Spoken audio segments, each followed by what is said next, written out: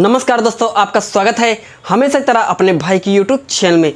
जी दोस्तों, आज मैं बहुत ही प्यारे ट्रैक पर जो कि ट्रेंडिंग गाना रह चुका है, पियवा दुलारे। जी दोस्तों, इसी धुन पर, इसी म्यूज़िक पर, इसी ट्रैक पर बहुत ही प्यारा, बहुत ही ज़बरदस्त बोलबम कांवर सॉन्ग लिखा हूँ। झांकी वाला शंकर भगवान गौरव मैया के दोनों की बातचीत है गाने के माध्यम से।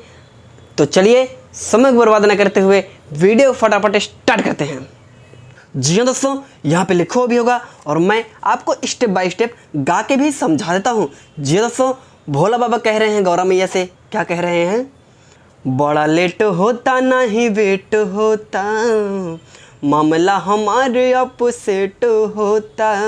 ए हो, बड़ा लेट होता नहीं वेट होता, माथा हमारे अपसेट होता।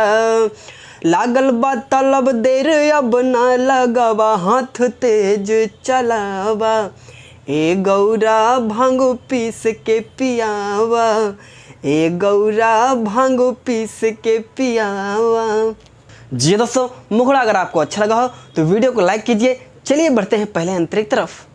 पियला भांग मन भइल बेचैन, पियले बिना दिल के मिले न चैन।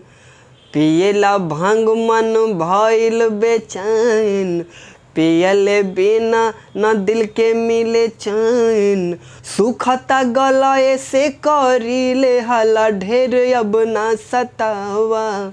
ए गौरा भांग पीस के पियावा, ए गौरा।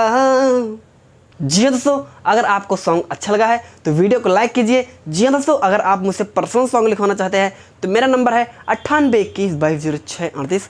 आप कॉल करके अपना पर्सनल सॉन्ग लिखवा सकते हैं। जी हाँ दोस्तों, तो चलिए लास्ट अंतर की तरफ बढ़ते हैं। बैठल बैठल हम गईनी बियाई, मललू ना गांजा दा चिलमिए धराई।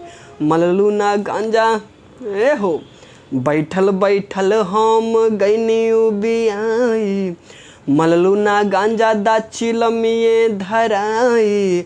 पूछ ले तो से अब करी का हम, आके तू ही बतावा। ए गौरा भांग पीस के पियावा, ए गौरा। जी हाँ दोस्तों, यही है फुल सॉन्ग। मैटर आपको अच्छा लगा हो तो वीडियो को लाइक कीजिए, कमेंट कीजिए। चैनल पर पहली बार है तो चैनल सब्सक्राइब कीजिए। जी हाँ दोस्तों, तो चलिए तब तक के लिए जय श्री राम।